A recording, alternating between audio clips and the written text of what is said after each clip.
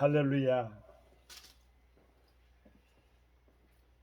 하나님을 찬양합니다. 주 성삼일체 하나님께 영광을 돌립니다. 복된 주일, 우리 복된 교회 복음 성교교회도 하나님께 주일 대배를 드리고 여러분 앞에 면대하고 있습니다. 에스겔서 5장 11절 말씀으로 그 말씀에 의거해서 대화를 이어가도록 하시겠습니다. 그러므로 나 주 여호와가 말하노라. 내가 나의 삶을 두고 맹세하노니 네가 모든 미운 물건과 모든 가증한 일로 내 성소를 더럽혔은즉 나도 너를 아껴보지 아니하며 긍휼을 베풀지 아니하고 미약하게 하리니. 오늘 하나님의 본문 말씀은 우리에게 경계와 교훈 또한 채찍은 될지언정 임하지 않게 되기를 바랍니다. 다사다난했던 2020년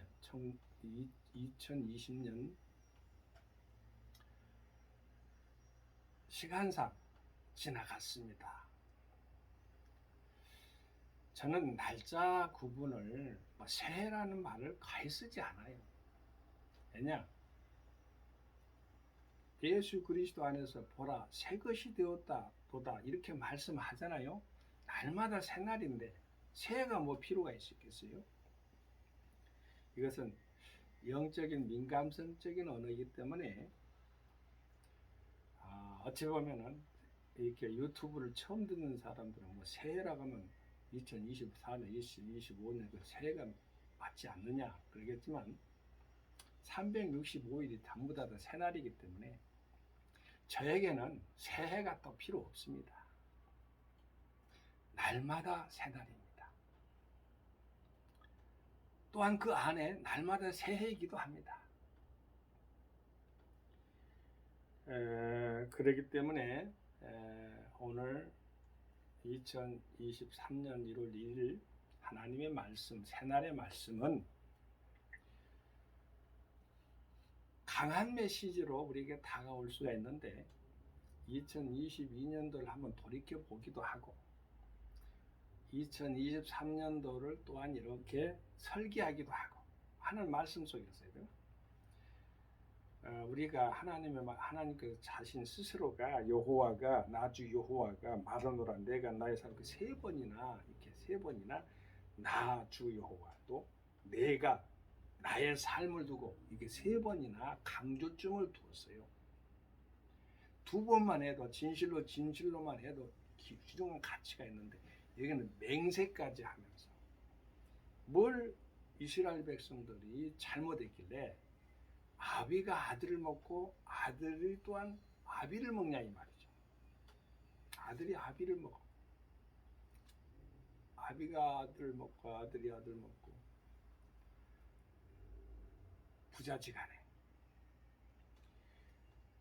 그것이 두 가지로만 이렇게 설명이 됐는데 결과는 칼과 온역과 기근으로 아주 무서운 재벌이 다가오게 되는데 내 성소를 더럽혔다. 자, 성막에 보면은 성막들이 있고 성소가 있고 지성소가 있죠. 하나님의 임재 상징이죠. 임재 상징 이렇게 볼 수가 있는데 직접 하나님께서 모세에게 내가 너를 거기서 만나고라는 말씀을 씁니다. 자, 뭘 잘못했겠네 그러냐? 네가 모든 미운 물건과 모든 가증한 일로 자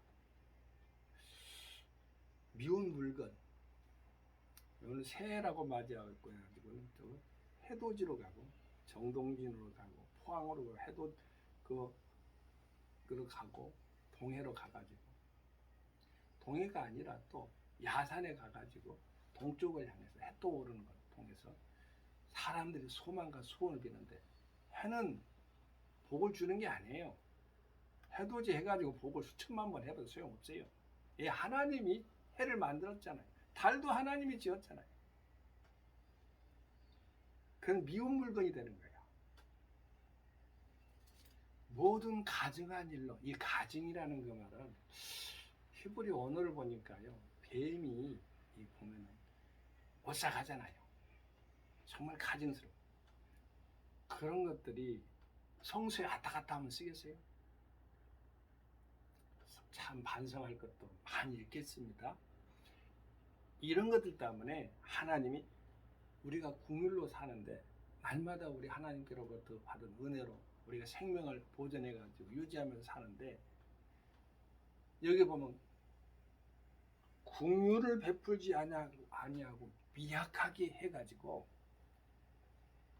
너희 가운데서 3분의 1은 온육으로 죽으며 기근으로 멸망할 것이요 3분의 1은 너희 사방에서 칼에 엎드러질 것이며 3분의 1은 내가 사방에 홀로 또 그 뒤를 따라 칼을 빼리라. 3분의 1이 얼마나 된지는 알 수가 없어요. 그런데 어찌됐든 3분의 1이 등장합니다. 칼과 온역과 기근으로 해가지고 3분의 1을 전부 다 이렇게 손대겠다는 소리니까 3분의 3은 1인데 다 손대지 않는 것만도 어찌 보면 여기 안에서 말씀 속에서 궁휼함을 또한 이렇게 언어 속에 만날 수도 있는데 안타깝지요. 안 만나고 살았으면 얼마나 좋았을 것인데 라는 생각들이, 하나님의 자녀는 비워놓기를 바랍니다. 그게 성소, 지성소의 정신이에요. 선악과를 따먹지 말아야겠어요. 그 율법이 등장합니다. 하라 하지 마라. 248, 365가 있다고 합니다. 248, 365인데 하라 하지 마라가 들어있어요. 그 안에. 그것을 할락하라고 그래요. 근데 이 유태인들이 만들기도 잘 만들어. 그걸 가지고 또 사람들을 얽매기도 해서 예수님 당시까지 그거 가지고 다툼하다가 결국에는 예수님이 안식일에 무엇을 했느니, 그러면 또 구약을 들이대고, 또 안식일에 무엇을 손을 대가지고 건졌느니 하면은 양을 갖다가 이렇게 모래 빠지 그래서 시험도 하고.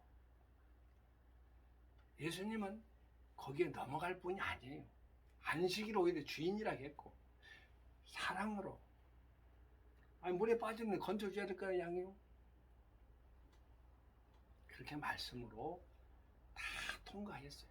그리고 오직했으면 가늠한 여인 앞에서도 너희들이 죄가 없으면 한번 돌로 던져봐라. 여러분, 마음으로 짓는 죄도 가늠이라는 건데 다 내려놓고 다 도망가. 그게 바로 육신적인 그런 가늠도 했던 사람들도 있었을 거예요. 돌멩이로 쳐 죽이려고 할 때 예수님, 그리고 여인을, 그것도 시험을 합니다. 그러나 예수님은 그걸 통해서 하나님 말씀의 사랑을 전파했지요. 그리고 가늠한 여인 바로 1대1로 대면합니다. 결국에는 어쨌어요? 정죄했어요? 아니에요. 나는 너를 정죄하지 않노니 다시는 죄를 짓지 말라. 예수님은 정죄하시는 분이 아니고 사랑으로 궁휼로 베푸시는 분인데, 하나님의 성소를 더럽힐 때는 궁휼을 베풀지 않아요. 그리고 미약하게 하고 흩어짐을 가지게 만드는데, 사방에 흩어짐을 당하는데, 여러분, 저는 세계사를 참 좋아해요. 국사도 참 좋아하고. 그래서 고등학교 때 세계사 국사를 제가 잘했는 것으로, 윤리하고 영어나 뭐랄까 수학이나 잘했으면 아마 너무 많이 우쭐했을 것 같아요. 근데 그거는 제가 잘한 것 같아요. 일반적으로 이렇게 암기력이 좋아서. 그래서, 그런데 이스라엘서를 이렇게 볼 때 우리나라 물론 고조선부터 쭉 태정태세, 문단, 세종, 이거 바로 우리 조선조까지 이렇게 쭉 이어 한국사, 현대사, 근현대사 이렇게 참 좋아하는데, 서양사도 보면은 서양사는 두 갈래로 나눠져요. 그리스의 헬레니즘, 유대계의 그 헤브라이즘, 이렇게 나뉘는데, 이 유태사를 보면은 말 그대로 예수님께서 십자가에 못 박혀 돌아가실 때 자기들이 스스로 한 말이 스스로 말이 씨가 된다고, 우리가 우리들 자신들에게 돌리라고 또 말도 그것도 유대인들이 말하다가 2000년 동안 유랑방랑 생활하다. 바로 20세기 중반에 이스라엘 나라가 세워졌잖아요. 이스라엘 나라는 전라남북도만한 크기예요. 큰 나라는 아니에요. 그런데 아무튼 역사가 끈질긴 나라예요. 세워졌는데 하나님을 믿느냐? 그것도 3분의 1, 3분의 1, 3분의 1이라는. 어찌됐든 되게 기독교계 막 이렇게 나눠지겠죠. 그런데 그 땅덩어리 나눠진 거 이슬람까지 말이죠. 근데 이 기독교인들이 많냐? 적습니다. 메시아닉주 이렇게 해가지고 주대 유대인들 중에 예수를 믿는 사람들이 많이 일어난다고 그래요. 상당히 희망적이고 또 기쁜 소식, 고무적이죠. 감사드립니다. 하나님께서 계속해서 이스라엘을 완전히 복음화되게 우리 선교사님들도 계속 이하여 기도하고 나가고 있으니까 하나님이 결국에는 예루살렘을 다시 하나님의 나라로 되돌려둘 줄로 믿습니다. 지금 예루살렘 지역에 보면은 뭐 이스라엘 돔도 있고 그래. 이스마엘, 즉 이스마엘한다. 이슬람은 종교고 이스마엘은 아브라함의 아들이죠. 그의 후손들이 그렇게 나타나서 이슬람을 이렇게 세웠기 때문에 제가 말씀드린 거고, 자 거기에 하나님의 성소가 있어야 될 그 자리에 바로 이슬람. 무슬림은 이슬람을 믿는 성도를 말해요. 그 사람들이 서로 오고 가면서 왕래하면서 거기 있는 돔을 향해서 숭배하고 그러는 것이 오늘날이에요. 하나님의 성소, 꼭 이스라엘만 그럴까요? 한국은 어떻습니까? 한국은 교회라는 이름으로 개신교는 분명하게 섬기고 있지요. 그것이 오늘날 바로 성소 개념에 있어서 우리는 이제 예수 안에서 성령의 전이 돼가지고 개인 성소들이 다 됐는데, 삶 가운데서 우리는 예수 그리스도를 중심으로 하나님의 사랑, 이웃 사랑을 실천하는 그러한 복된 영혼들이 된 것이죠. 하나님께서 나주 여호와가 말하노라 내가 나의 삶을 두고 맹세했는데, 좋은 맹세하면 얼마나 좋겠어요. 그런데 우리가 아까 말한 대로 해, 달, 별 가지고 점치고 기복적으로 또 기독교 신앙 가운데서도 무당 점치는 것들이 많이 있다고 그래요. 그런 것도 완전히 하나님의 개혁적인 말씀의 신앙으로 다 돌이켜 세워놔야 됩니다. 그리고 가정한 일로 그랬는데, 교회 내에서 가정한, 자, 저 사람 참 가정하네, 동정심도 없네, 인정도 없네. 여러분, 이 가정한 것을 생각하니까 우리는 너무나 무감각한 세대에 살고 있지 않나, 그렇게 생각을 해봤어요. 또 몰인정이에요. 너무나 극단적인 이기적인 것이 많아요. 일례로 저 우크라이나 러시아가 있어요. 똑같은 사람인데 20만 명의 사상자가 났는데 몇십만이 죽고 그랬다고 그래요. 얼마나 깜짝합니까? 중국 어때요? 매일 몇백 명이 죽고 몇천 명 단위가 되겠죠. 국민의 수가 많으니까. 저 뭐 이란에 히잡을 썼다고 해가지고 또 축구 선수가 말이죠. 거기에 동참했다고 해가지고 미얀마 수많은 사람들이 죽고, 알게 모르게 세상에는 그러한 잘못된 군부 독재들이 판을 치고 잘못된 사탄의 추구들, 즉 말해서 그들이 인도함 받는 사람들이 그렇게 활보를 하고 있어요. 하나님을 등진 거죠. 수많은 종교들 보세요. 그건 바로 하나님의 지성소를 모르고 사는 사람들이에요. 하나님의 말씀을 모르고 사는 사람이다. 그렇게 볼 수가 있어요. 저는 오늘 본문 말씀을 택하면서 좀 우리에게 교훈과 경계가 되는 말씀이지요. 근데 하나님의 성소를 생각해 볼 때 성경에 수많은 인물들이 있잖아요. 아담부터 시작해가지고 아담도 인물이에요. 카인과 아벨도 인물입니다. 노아, 그의 아브라함, 후손들 아브라함, 셈족의 아브라함들 말이죠. 셈족 계통에. 그리고 그 아들 이삭, 야곱이었던 자가 또 이스라엘로 요셉, 모세 등등 이렇게 쭉 이어 내려와서 대선지자, 소선지자, 심지어 예수 그리스도 때에 세례 요한은 세계하라 했더니 돌로 이렇게 또 감옥에 세례 요한이 들어갔을 때 아마 잠시 어떻게 표현해야 될까요? 세례 요한도 그렇게 강하게 또 예수님은 세례까지 줬잖아요. 어떤가요? 그리고 하나님의 어린 양에는 고백도 했잖아요. 발설도 하고 발표도 하고 그랬잖아요. 모든 사람들하고.